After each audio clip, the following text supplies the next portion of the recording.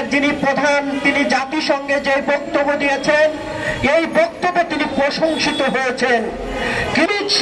তিনি বাংলাদেশের মানুষকে ঝুলিয়ে পিটিয়ে মারার, আমরা পাকিস্তানের আগ্রাসন যেমন মানি নেই, আমরা ভারতের, যেটা আমাদের সঙ্গে বন্ধু রাষ্ট্র হিসাবে পরিচিত পার্শ্ববর্তী দেশ যেভাবে এগুলো করছে।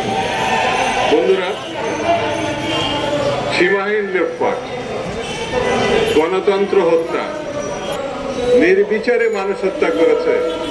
গণতন্ত্র এবং স্বাধীনতার প্রশ্নে কথা বলার জন্য, মানুষের অধিকার দাবি কথা বলার জন্য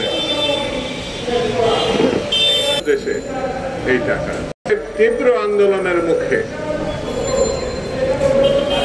শেখ হাসিনা পালিয়ে ভারতে গেছে। ভারত তাদের সিদ্ধান্ত নিতে হবে, তারা গণতন্ত্রের সপক্ষে ভূমিকা রাখবে নাকি ফ্যাসিবাদের প্রতিভূ যিনি হত্যাকারী, যিনি গণতন্ত্র মানে একেবারে ধ্বংস করেছে, স্বাধীনতা বিপন্ন করেছে, তার পক্ষ নেবে। এটি ভারতকে সিদ্ধান্ত নিতে হবে।